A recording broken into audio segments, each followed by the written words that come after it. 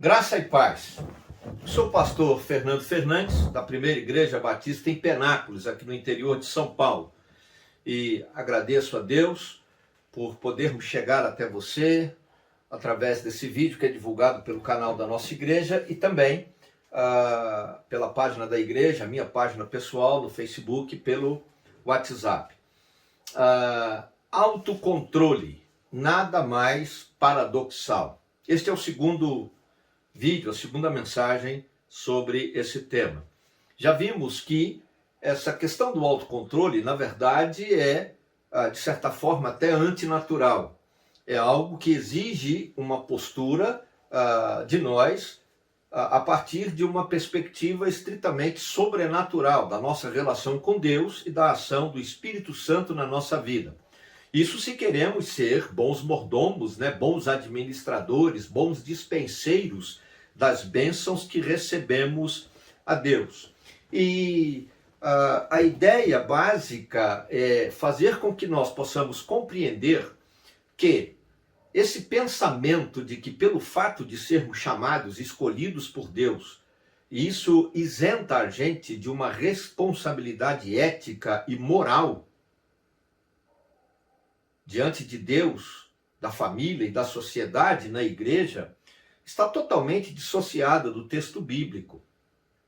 E aí falamos no capítulo 12 de Romanos, versos de 9 a 13, capítulo 12 de Romanos, versos de 9 a 13, sobre alguns desses paradoxos. E eu quero ler de novo o texto bíblico que diz assim, o amor deve ser sincero, odeiem o que é mal, apeguem-se ao que é bom, dediquem-se uns aos outros com amor fraternal. Prefiram dar honra aos outros mais do que a vocês. Nunca falte o zelo a vocês. Sejam fervorosos no espírito, sirvam ao Senhor, alegrem-se na esperança, sejam pacientes na tribulação, perseverem na oração, compartilhem o que vocês têm com os santos em suas necessidades, pratiquem a hospitalidade. E a partir daí nós destacamos alguns paradoxos que identificamos no texto, né? Falamos sobre a necessidade de amar de forma sincera, sem fingimento as pessoas, de estarmos apegados àquilo que é bom, que indica qualidade de caráter, né? Que indica integridade, honestidade, justiça, porque devemos estar apegados ao que é bom, né? E também a ideia de nos dedicarmos uns aos outros com amor fraternal, sem interesse. Coisas que desafiam a nossa capacidade de ser humano.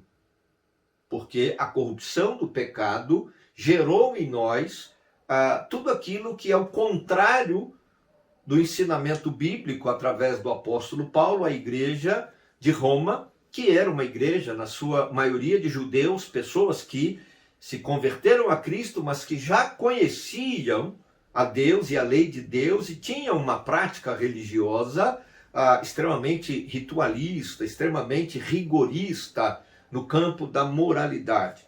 E aí eu passo a destacar outros paradoxos que eu identifico aqui no texto. Aí ele diz assim, prefiram dar honra aos outros. E eu disse que a ideia aqui, né, é bem vinculada ao que já destacamos no vídeo anterior, no verso 10, sobre dedicar-se uns aos outros com amor fraternal, que está relacionado ao verso 3 do capítulo 12. Se você tem uma ideia sobre você mesmo, acima do que convém, ou seja, se você acredita que você é melhor do que os outros, seja pela posição social, seja pela questão financeira, ou seja pelo cargo que você ocupa no trabalho, na igreja, ou seja até pelo grau de instrução que você tem, se você é soberbo e acha que você é melhor do que os outros, isso aqui é um paradoxo para você. Você não vai conseguir praticar, porque dar honra ao outro é reconhecer que o outro pode ser superior a você, mesmo sendo mais simples, mesmo sendo mais pobre, mesmo tendo menos instrução. E outra, além disso, devemos ter em mente, é fato, de que receber honra, ser elogiado, aplaudido, exaltado, acaricia o ego humano. Quem não quer receber honra? Quem não quer receber um elogio? É muito melhor. Faz a gente se sentir bem. O que a gente tem visto acontecer na sociedade, e isso mais de uma vez em concurso aí de Miss Universo, eu leio notícias, né? Não acompanho isso, mas eu leio notícias de que o segundo colocado se revoltou e rasgou a roupa do primeiro colocado porque não aceita perder. Não aceita perder. Um time de futebol, quando perde o jogo, ao invés de reconhecer o fracasso e a superioridade do adversário, tenta ridicularizar o adversário. De alguma maneira, isso é natural para o ser humano. Essa é a prática comum na sociedade. Porém, para mim, para você, para os cristãos, para quem é salvo, é um desafio, é um paradoxo. Porque o ensinamento bíblico é para que nós venhamos a atribuir mais honra ao outro do que esperamos ou atribuímos a nós mesmos. Outro paradoxo é quando ele diz: nunca lhes falte o zelo. Sejam fervorosos. Eu vou dividir aqui a ideia. Quantas vezes, diante de alguma situação, até mesmo no que diz respeito à família, à igreja, ao trabalho, à sociedade, nós acabamos, ou porque estamos cansados, estressados, ou porque aquilo não está agradando, fazendo as coisas por fazer, de forma negligente. Porque o conceito de zelo aqui tem essa ideia de sermos diligentes naquilo que fazemos. Paulo está escrevendo à igreja. Ora, como ser um bom administrador, um bom mordomo das bênçãos de Deus, um bom dispenseiro da graça de Deus, se você é negligente? Essas coisas não combinam. Agora, a negligência, e às vezes não chega a ser uma negligência perniciosa, autodestrutiva, mas apenas uma procrastinação, né? Aquela ideia, vou empurrando com a barriga, deixando para depois, na última hora eu resolvo, nos estudos, no trabalho, na igreja, na família, em tudo que é lugar.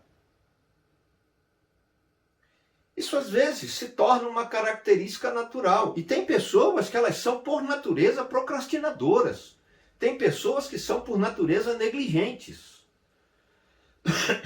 Porque isso, a partir da queda do homem, do pecado, que nos separou da glória de Deus, da presença de Deus, se tornou algo comum, normal, natural, é admissível na sociedade.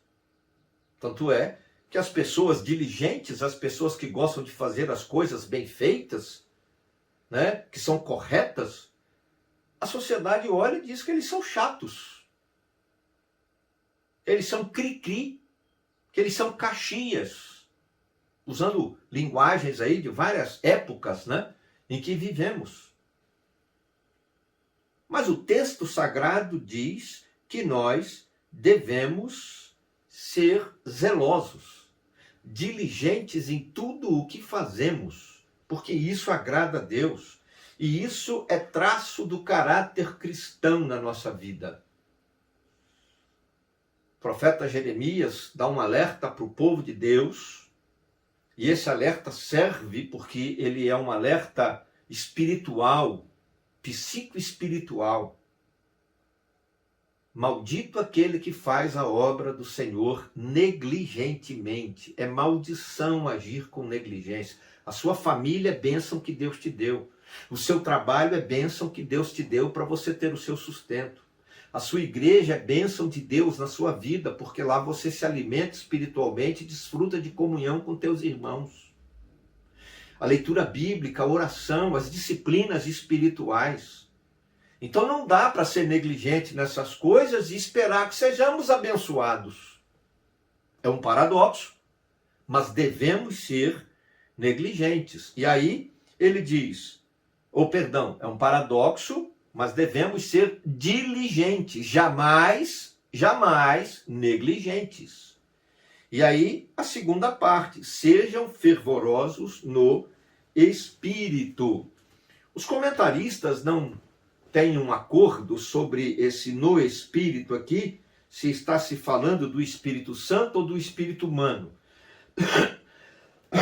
Para mim não importa, porque a sequência é sirvam ao Senhor. Ora, eu sou zeloso, diligente, eu sou fervoroso, ou por ação do Espírito Santo na minha vida, ou por uma disposição anímica do espírito humano. Mas eu faço tudo isso porque eu tenho a consciência de que eu sirvo ao Senhor. E a ideia do Senhor aqui está relacionada a Jesus. Né? Mesmo que, como alguns comentaristas tentam argumentar, dizendo que a palavra realmente não é o Kyrios do grego, que é o Senhor absoluto, que é atribuído a Jesus, mas sim a ideia mais relacionada a um tempo, ao tempo de Deus, um kairos, né? E trazendo mais o conceito de oportunidade. De qualquer maneira, devemos ser fervorosos, ou seja, não devemos permitir que as coisas sejam feitas por impulso, não devemos permitir que as coisas sejam praticadas com base no emocionalismo. Não podemos realizar nada na vida movido por frenesi, por euforia.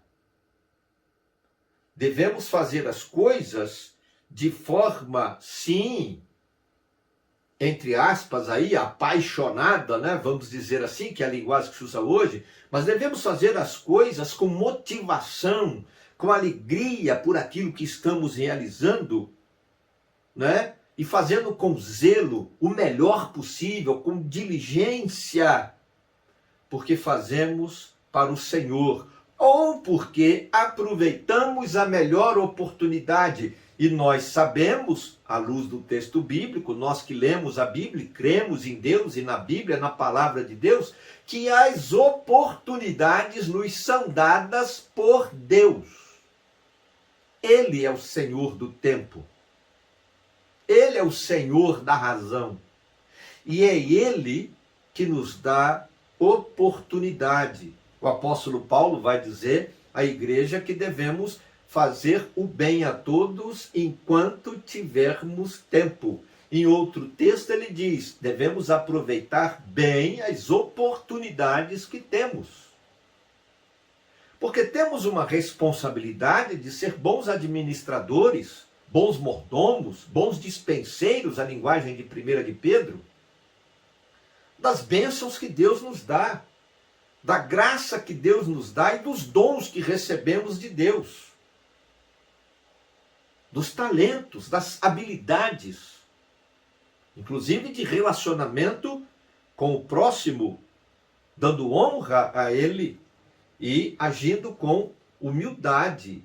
Né? Lembra-se do contexto da parábola contada por Jesus, que os últimos serão os primeiros, ou seja, aqueles que chegam e querem ir direto lá para os primeiros lugares, o dono da casa vai dizer, olha, dá licença, o lugar de vocês é lá atrás. E aí depois aqueles convidados que chegaram, eles venham aqui para frente e sentem-se aqui nos primeiros lugares. A ideia básica, e daí o paradoxo, é de você saber se colocar e de se comportar em qualquer lugar que você esteja, na sociedade, na família, na igreja, a fim de que você seja reconhecido, respeitado pelo que você é, pela qualidade do seu trabalho e pela sua disposição de servir. E não apenas por acreditar que você é superior e querer ser servido por todas as pessoas, mesmo quando você é negligente com as tarefas que você tem que cumprir, com as coisas que você recebe. E como disse, seja a família, seja o trabalho, seja a igreja. É um paradoxo, porque de modo geral, principalmente no mundo em que vivemos, onde você quase nunca é valorizado pelo que você realmente é capaz de fazer e sabe fazer, mas as pessoas são muito mais valorizadas pela aparência, porque vivemos numa sociedade que privilegia a estética e não a ética. Isso é um paradoxo. Mas devemos lutar, devemos confrontar a natureza humana, devemos combater essa possibilidade iminente de o pecado nos corromper, a fim de que possamos ser pessoas que sabem se colocar em qualquer lugar na sociedade, esperando o tempo certo para agir, para falar, e a hora que agir, que falar, que fizer o que tiver que ser feito, fazer bem feito, fazer com alegria, fazer com uma perspectiva sempre de que as coisas terminarão bem para ajudar, abençoar e melhorar a condição de todos que estamos ali à volta. Não é muito fácil, não é simples, mas é um desafio que temos que encarar. Porque senão, nem mesmo essa ideia de que já estamos chamados por Deus e por isso estamos de alguma forma salvos, resolve, ajuda. Primeiro porque eu não acredito nisso. Não consigo acreditar porque eu não consigo encontrar base bíblica. O que eu encontro, sim, já disse, é que essa ideia de que somos chamados, predestinados por Deus e seremos salvos por Deus porque é a vontade soberana dele e ele age de maneira monergisticamente, ele age com base no monergismo, que é a capacidade dele de fazer o que ele quer na hora que ele quer, do jeito que ele quer, e ninguém pode impedir ele fazer, e eu creio nisso também, mas a Bíblia não me dá base para pensar nisso em relação à salvação. Eu preciso me arrepender do meu pecado. Eu preciso entregar a minha vida ao senhorio de Jesus Cristo. Eu preciso abandonar a prática do pecado, buscar viver em santidade. Eu preciso dar um corte radical com o padrão do mundo, mesmo que eu tenha sido criado, orientado, educado e até religiosamente induzido a isso, para adquirir um novo padrão. O padrão de Deus em Cristo Jesus. O padrão que confronta os meus interesses pessoais. O padrão que é paradoxal, a minha própria natureza humana corrompida pelo pecado. A fim de que eu possa agradar a Deus e como bom mordomo, bom administrador das bênçãos de Deus, eu seja cada vez mais abençoado pelo Senhor e honrado pelo Senhor Deus. Esse é o desejo do meu coração para a sua vida. E eu faço a minha oração agora, profetizando que você pode conseguir isso e há de alcançar assim, se você agir pela fé, deixando o Espírito Santo de Deus guiar você. E para a honra e glória do Senhor nosso Deus. Eu oro por você, e sua casa e sua família, te abençoando, em nome de Jesus. Amém.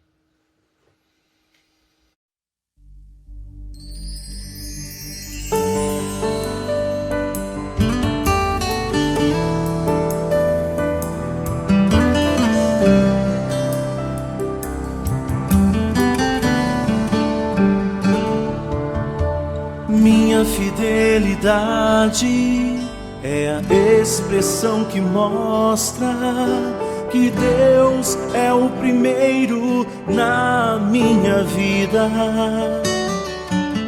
A minha gratidão, os primeiros frutos, as primícias, ofereço a Ti em Teu altar. Tudo que o Senhor me der, vou devolver primeiro a sua parte. Reconheço que tu és meu Senhor. Abre as janelas dos céus, derrama a bênção sobre mim, repreende o devorador. Está escrito assim: se alguém me servir, o Pai o honrará, e assim bendito serás.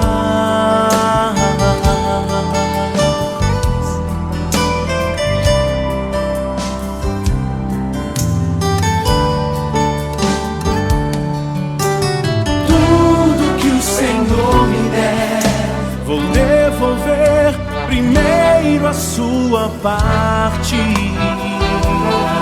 Reconheço que tu és meu Senhor. Abre as janelas dos céus, derrama a bênção sobre mim, repreende o devorador. Está escrito assim: se alguém me servir, o Pai o honrará.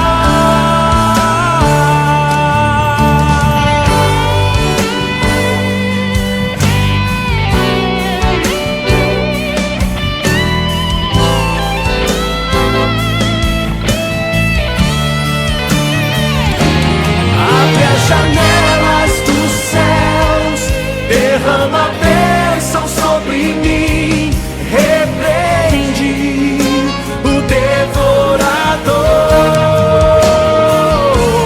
Está escrito assim: se alguém me servir, o Pai o honrará. Abre as janelas dos céus, derrama a bênção sobre mim, repreende o devorador. Está escrito assim: se alguém me servir, o Pai o honrará, e assim bendito será.